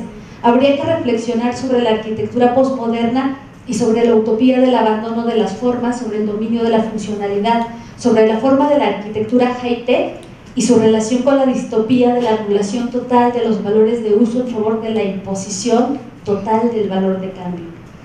Quizá esto último contribuye a dilucidar si efectivamente estamos experimentando una crisis civilizatoria, como algunos intelectuales han sugerido, como resultado de la ausencia de una arquitectónica del mundo. De acuerdo a Frederick Jameson, las mutaciones en los procesos de producción del capital, las formas tecnológicas, etc., tienen una especie de correlato no solamente en la reproducción social, sino también en la expresión arquitectónica posmoderna, donde la abstracción del capitalismo tardío se plasma arquitectónicamente en un intento por desmaterializar, descomponiendo la masa, la densidad y el peso aparentes de un edificio de 50 pisos. Tiene Jameson un textito que se llama El ladrillo y el globo, y dice: el posmodernismo ahora trata de construir edificios que parecen volar, que parecen torcerse, como si efectivamente perdieran materialidad, como si ya no existieran ladrillos, sino se construyera a partir de globos, ¿no?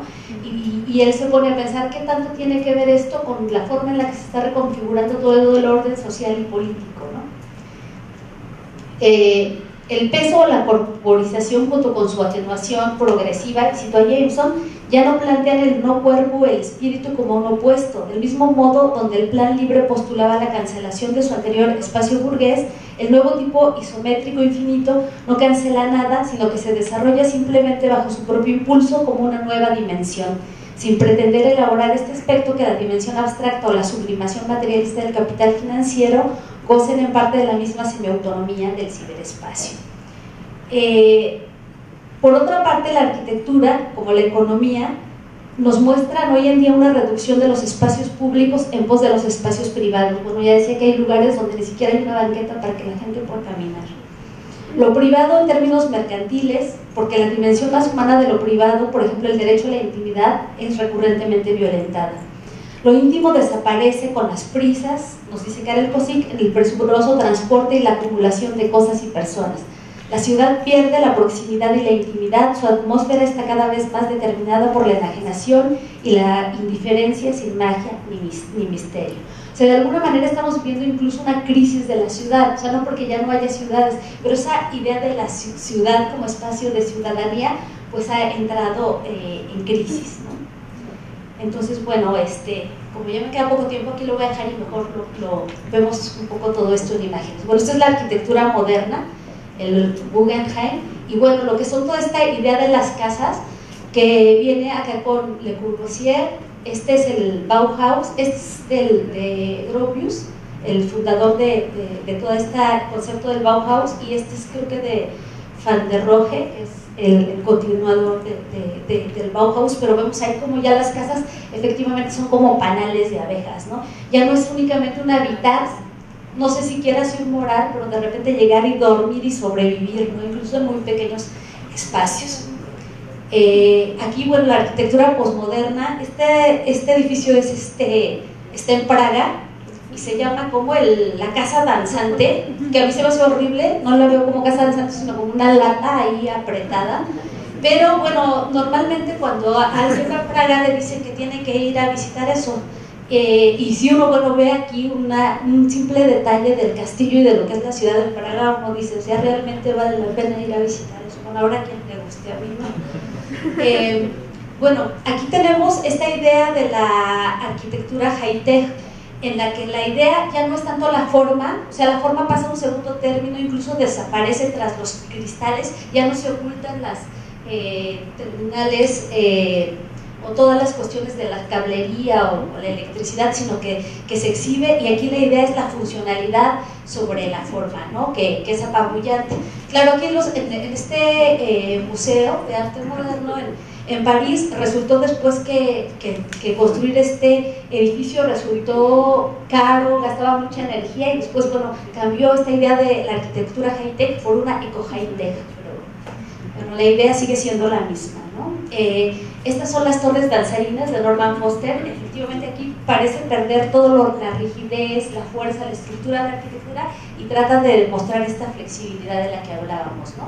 Esto también es de Norman Foster, y este es un centro de trabajo que, como verán, ya es como un hormiguero, ¿no? En el que pues, nos sentimos ahí trabajando como pequeñas hormiguitas. Lo importante es la funcionalidad, y en la medida en que va privando esa funcionalidad, pues efectivamente en la arquitectónica, en el imaginario, en el existir en el mundo, pues también se va perdiendo el sentido del humano en favor de la reproducción del capital, de la eficiencia, ¿no? La flexibilidad. Bueno, esto lo tenemos en México, es el Museo Sumaya. No es casual, por supuesto, que sea uno de los hombres más ricos del mundo, así es el capital, donde produce mucha riqueza, produce también mucha pobreza y mucho caos. Bueno, y las casas como barco, ¿no? Ernst Bloch en el Principio Esperanza habla de que ahora toda la arquitectura está puesta como si fuera un barco para irse, porque todo el mundo efectivamente lo que quiere es huir, porque dice él, en la época de la guerra, y estaba escribiendo en el contexto del ascenso de los nazis al poder, dice, ahora parece que tenemos que hacer casas búnker y atrincherarnos, o barcos que nos permitan en un momento determinado prepararnos para la huida, y al final de cuentas la distopía del capitalismo, dice Bloch, nos lleva a imaginar o ciudades aladas que nos quiten de este mundo y del principio de realidad, o ciudades subterráneas donde como topo sálvese quien pueda de este sentido de la guerra, ¿no? Entonces, bueno, yo terminaría con esto, utopía o distopía, ¿no? Y aquí puse unas imágenes de la arquitectura en el cine, ya que ayer Isis hablaba del cine, y bueno, de repente me hizo volver sobre esta idea. Y bueno, esta es la pirámide que aparece en Blade Runner, que aparte de Blade Runner de Ridley Scott, es considerada la primera película posmoderna, porque ahí se ve una de las pesadillas más impresionantes de los seres humanos en la actualidad, ¿no? La rebelión de las máquinas, ¿no? Cuando las máquinas toman vida y se rebelan contra el ser humano. Esta es la primera película en la que se da esta idea. Después viene Terminator y otras, pero la verdad es mucho más bonita Blade Runner. Si no la han visto, véanla. Aparte está Harrison Ford todavía en una de sus muy buenas épocas. Entonces aparece esta pirámide y la ciudad alada, ¿no? Aquí está. Aquí están los replicantes, que son esas máquinas que se vuelven humanos y que se rebelan contra los propios humanos. O sea, en realidad detrás de esta rebelión de las máquinas está la fuerza apabullante de la última forma capitalista, ¿no? O sea, todo lo que fue ese movimiento de los budistas destruyendo las máquinas porque sentían que les quitaba el trabajo y que les marcaba tiempos, ya no tiene que ver nada con esta distopía, ¿no? Esta pesadilla de que las propias máquinas cobran vida. Sabemos que las máquinas pues no cobran vida, son formas tecnológicas, pero detrás está el gran poder del capital, ¿no? Que está ahora en nuestra propia casa, en nuestra conciencia, en los mecanismos psíquicos del poder, ¿no? El otro es de Mad Max, no de la versión vieja, sino de la última versión, la feminista, que todos este grupo de machos en Twitter están diciendo no la vean y boicoteémosla porque cómo es posible que ahí que la que puede todo es Charlize Theron. Pero bueno, es esta idea de las ciudades subterráneas o vivir como en catacumbas ante esta posibilidad del apocalipsis o el naufragio de la civilización, ¿no? Y bueno es el que era el líder, ahí todo con su esqueleto y imponente y todo esto. Esta cuestión, este símbolo del poder, pero desde la distopía. Bueno, yo con esto terminaría. Gracias.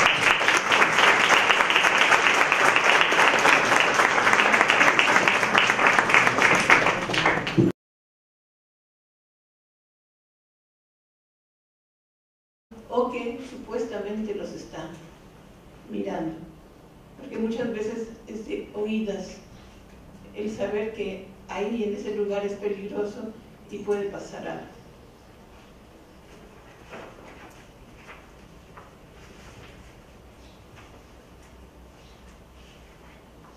Paisaje y rebelión, una mirada reflexiva. Primero les daré la introducción y los conceptos clave. En esta charla académica, la idea principal es hacer una reflexión de cómo se transforma el paisaje por la acción del hombre durante una rebelión indígena, específicamente de la época colonial y del siglo XIX.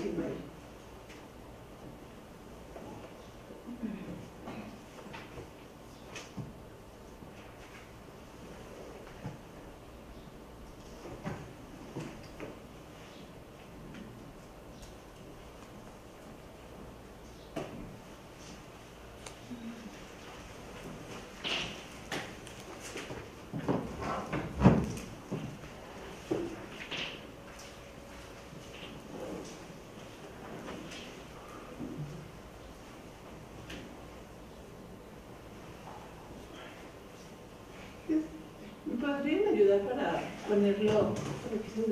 Ah, sí, pero lo que quería era la siguiente. Ya, sí, gracias. Es que no lo entendía, quería ver allá. Muchas gracias. Los dos conceptos claves serán paisaje y rebelión indígena. Las imágenes de los pueblos alzados o de los incendios provocados por los combatientes son parte de esta representación del paisaje en las imágenes que se conservan. En los dos ejemplos elegidos, a saber, la rebelión chamula de 1869 en la República Mexicana y los malones indígenas de La Pampa, Argentina, el paisaje es representado en ilustraciones realizadas por los no indios, de una manera muy tendenciosa en contra de los alzados. Antes de pasar a describir ambos ejemplos, es preciso determinar los conceptos clave empleados, en este caso, paisaje y rebelión. Según un diccionario de la lengua española, paisaje se define como extensión de terreno que se ve desde un sitio. También se le puede decir que es una extensión de terreno considerada en su espacio y aspecto artístico, una pintura o dibujo que representa cierta extensión de terreno. Sin embargo, creo oportuno determinar la idea de paisaje desde la geografía histórica. En este sentido, Claude Cortet nos menciona que la geografía es una ciencia difícil de definir, es a la vez ciencia natural y ciencia social.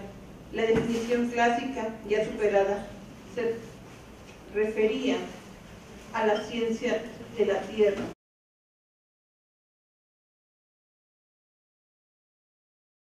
Con preguntas y eso nos da mucho más tiempo para hacerlo. Bueno, nuestras dos participantes son la profesora Marta Eugenia Delfín, quien va a tener un trabajo sobre paisaje y rebelión, una mirada reflexiva, y después está también la maestra Araceli Mondragón, que nos hablará sobre la función política de las utopías en la construcción social del espacio. Bueno, la primera participación será de la profesora Marta Eugenia. Leo un poco su reseña curricular. Es licenciada en Etnohistoria por la ENA, tiene estudios de griego moderno por la Universidad de Atenas, maestra en Historia por la UNAM, doctora en Estudios Latinoamericanos por la UNAM, profesora investigadora de tiempo completo en la Universidad Intercultural Indígena de Michoacán de diciembre de 2007 a diciembre de 2009, profesora de la ENA. Entre sus múltiples publicaciones podemos señalar algunas, por ejemplo, Los Pirindas de Michoacán, inicio de un proceso de etnogénesis, en la revista Cuicuilco, El Niño Dios de Tincambato, Tradiciones y Religiosidad Popular, un libro de la UAM Xochimilco, en 2011, La Educación Intercultural en México, la Universidad Intercultural Indígena de Michoacán, sus actuales logros y sus retos para el futuro, en Agua, Revista de Cultura Andina. Son muchas más publicaciones, pero creo que son las más recientes. Sin más por el momento, les explico un poco el formato. Será alrededor de una exposición de 25 a 30 minutos, por el hecho de que no estará Rafael, y después una ronda de preguntas y respuestas para cada uno de los profesores. Gracias. Por favor. Me voy a pasar para allá para hacer mi exposición. Así voy manejando las imágenes.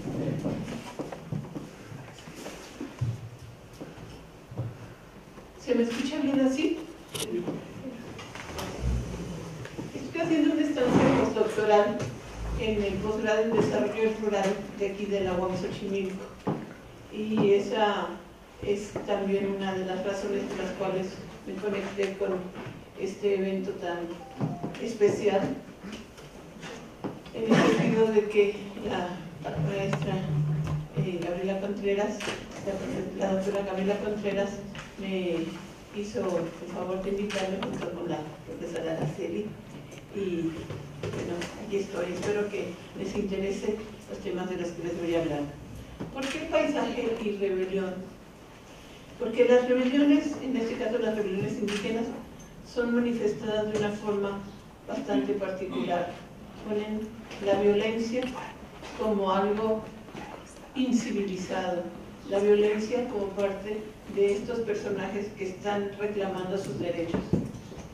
Y generalmente este espejo, esta muestra, no está plasmada desde las manos, desde la mirada de los propios rebeldes, sino de la gente que los está observando, cuyo objeto principal era el estudio de los paisajes naturales y culturales. La conformación de estos paisajes proviene de las acciones, reacciones y correlaciones del suelo, el clima y los seres vivos. Esta definición da una gran importancia a los factores naturales. En el curso del siglo XIX, paulatinamente, la geografía ha ido equilibrando la influencia de los factores mencionados arriba, otorgando una atención cada vez mayor al estudio del hombre, grupos humanos y sociedades en el espacio, y realizando estudios sobre la localización y distribución de objetos y actividades y poblaciones. En una etapa ulterior, la geografía se interesó, además de en los paisajes hechos por el hombre, en destacar tipos o modelos de organización territorial, o en un sentido más amplio, espaciales, intentando explicar el funcionamiento de estos espacios, nos dice Cortés. Esta imagen que estamos viendo de Nueva Galicia, lo que sería el actual estado de Jalisco y parte de Zacatecas, nos está mostrando en la parte de arriba a los indios rebeldes. Del lado, mirándolo de frente, estamos viendo del lado izquierdo indios alzados, son los tepehuanos.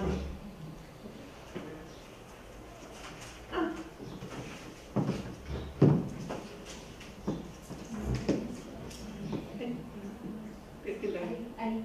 ¿Te doy de botón?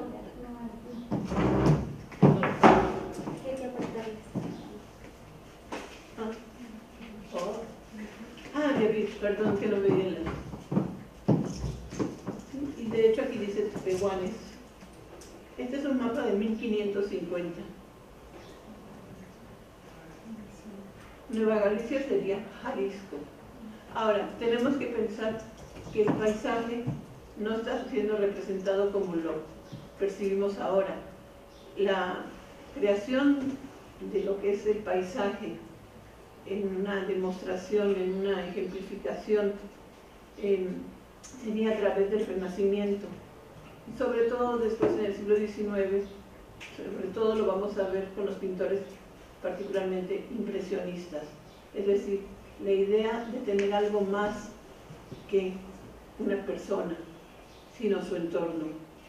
Si ustedes ven la Gioconda, generalmente nos fijamos en la mujer, pero Leonardo da Vinci le agregó otros componentes, y esos otros componentes nos están dando el paisaje que la rodea.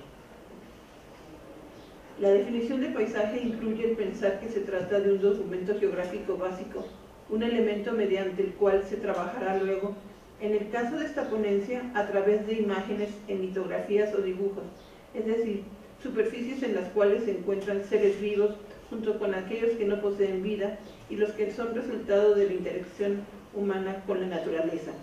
Puede ser un paisaje cultural en el que no se trata de un mero espacio geográfico natural, sino que es el agente humano el que modifica su entorno. El paisaje presupone un observador y algo a observar, generalmente una extensión de territorio con sus características particulares. Sin embargo, el observador no es un mero sujeto pasivo que tan solo recibe lo que lo rodea de manera sensitiva. El observador, por el simple hecho de serlo, interviene sobre la realidad, haciendo de esta su propia experiencia subjetiva. Por lo tanto, podemos afirmar que, ante un mismo paisaje, ningún observador tendría la misma experiencia, aunque puedan observar supuestamente, técnicamente lo mismo. No lo ven de la misma manera, no lo observan de la misma manera.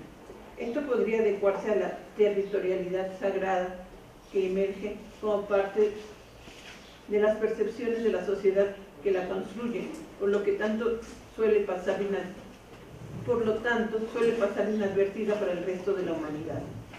Aunque en esta exposición no revisaremos paisajes con los que los indígenas representados se identifican del todo, vale la pena incluir esta reflexión sobre el paisaje que ofrece Alicia Barabas. Cito: en relación con el paisaje, algunos autores suelen privilegiar hoy día este concepto.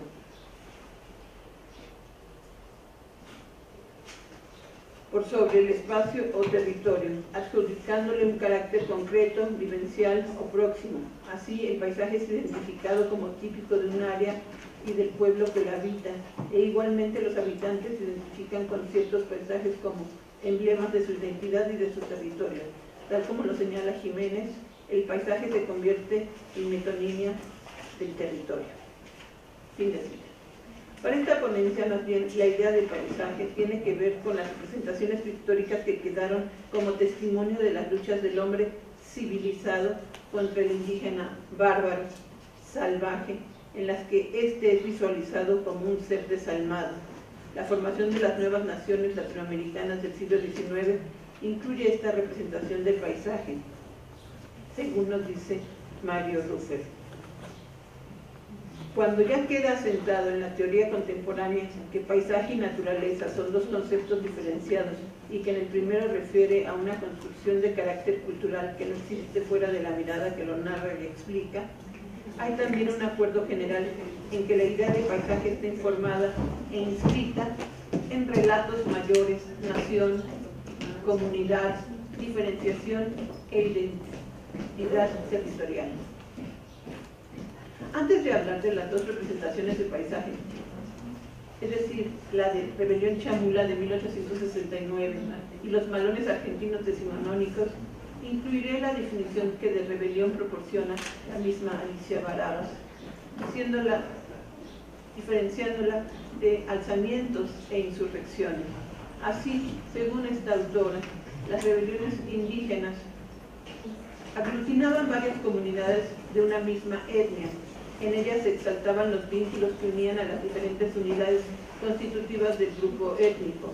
La creencia común es una noción de territorialidad compartida, el reforzamiento de las alianzas parentales y políticas, entre otras cosas. Esta rebelión yaqui de 1740, aunque el mapa no está precisamente mostrándonos lo que sería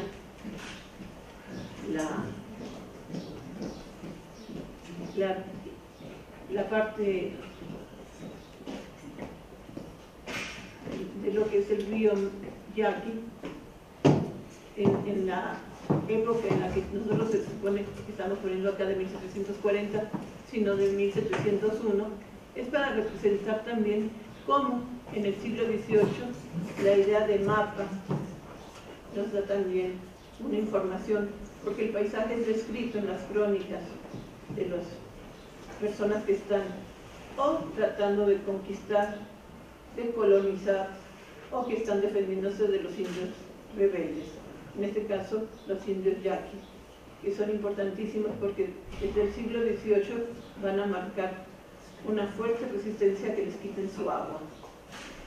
Y fue a principios del siglo XVII, casi por 40 años, que los españoles tuvieron que hacer todo lo posible por poderlos dominar. Entonces puse esta simplemente como otra referencia de lo que es la idea de imagen de un espacio, aunque no nos representa un paisaje como estamos acostumbrados ahora, pero es porque en ese momento se está creando lo que sería la imagen de paisaje, un paisaje que visualiza un terreno, visualiza un territorio en el cual además estoy identificando.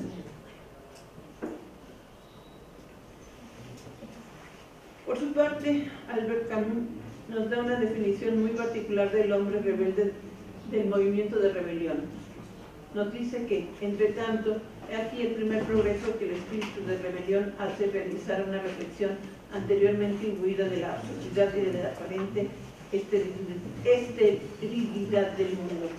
Es la experiencia absoluta de sufrimiento individual. A partir del movimiento de rebelión, tiene conciencia de ser colectivo, es la aventura de todos, es un lazo común que funda en todos los hombres el primer valor. Yo me rebelo, luego nosotros somos. Para la rebelión chamula de 1869, tenemos que ver que esto es algo muy importante, porque está sucediendo